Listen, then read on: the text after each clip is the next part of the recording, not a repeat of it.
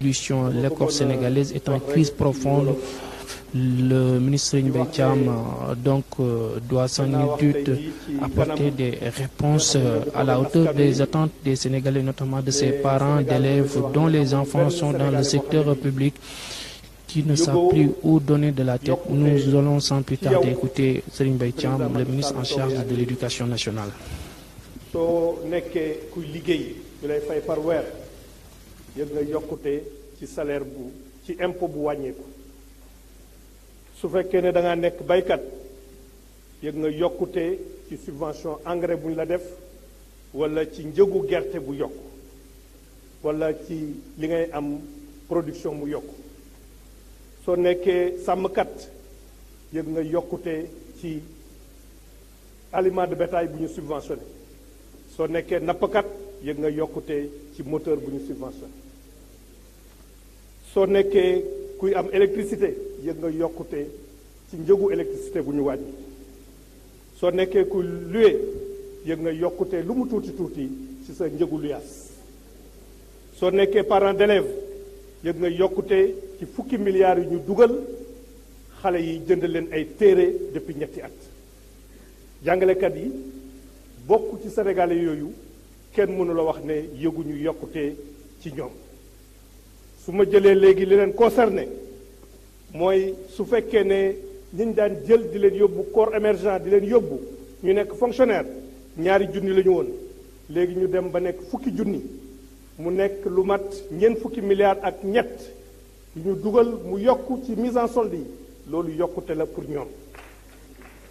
su ñu jëlee validation seen année volontariat yi nga xam ne lu yàgg lañu ko doon xeex ñu dugal ci fukki milliards ak juróom-ñett yokkulete la pour ñoom waaye tekkiwul ne ñoom suñu nekkee doomu Sénégal mënuñoo yaakaar yokkute bu ëpp loolu te li nga xam ne mooy warugaru gouvernement mooy sénégalais bu nekk yaakaar boo am ci sa nguur yaakaar boobu sa nguur taxaw ci looloo tax premier ministre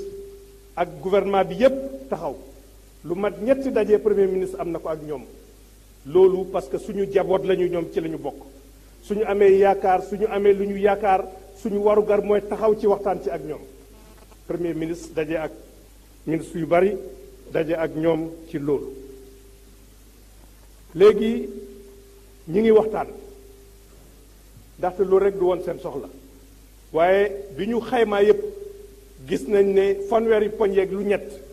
lu bari def nañ ko ci am na yoo xam ne yi def nañ ko xëj na waaye ni mu waroon a bareewu ko loolu ñu ngi ciy taxaw ak ñun ak ñoom pour ci fan yi ñu mottali yépp ba mujj ci démb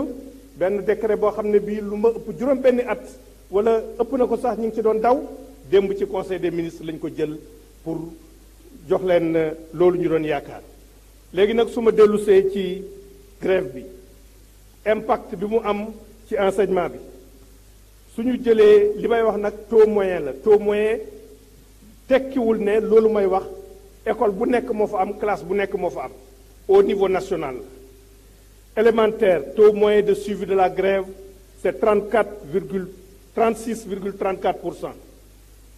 Au moyen secondaire c'est 53,97%. am nañu découpage bi en nombre de jours waaye ni ma ko waxee taux boobu grève bi ngi gën a taree ci réew taax yi que ci réew àll yi ci village mi ngi gën a taree ci enseignement moyen que ci enseignement élémentaire mi ngi gën a taree ci yenn lycée yi par rapport ak yeneen da ngay gis ci benn lycée classe bi mooy ëpp grève ak ñële ci composition yi 76% des collèges def nañu seen composition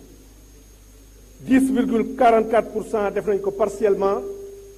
12% defuñu composition ci lycée yi 64% def nañu seen composition 16,47% def nañu ko partiellement 19,51% defuñu ko waaye tenue conseil de classe yi moo faible composition yi xale yi def nañ ko mais tenue conseil de classe yi moo faible léegi nag loolu li muy jur mooy fi mu nekk nii pour ñu ne dañuy ragal at mi yàqu nekk année blanche tollooguñu foofu su fekkee ne liggéey bi ñuy liggéey te ñu am ci yaakaar balaa vacances yi principales yi jeex mot d'ordre de grève yi levé nañ ko xëj na dana am lu mat ayubés wala dara loo xam ne dañ ko dàq examen yi mais loolu dañ koy xayma bu wóor pour def ko waaye tollooguñu foo xam ne fii examen yi danañu wax ne dañ koy yóbbu octobre wala septembre wala at mi dañ koy faas kon boog ngeen óolu seen gouvernement jàngalekat yi tamit ak seen i waajur ak ñu seen óolu gouvernement bi que ne lii suñu warugar taxaw ci soxla askan bu nekk danañ ko def mais nag def ko ci li nga xam ne moom la askan wi attan parce que Sénégal ñu ñëpp ko bokk jërëjëf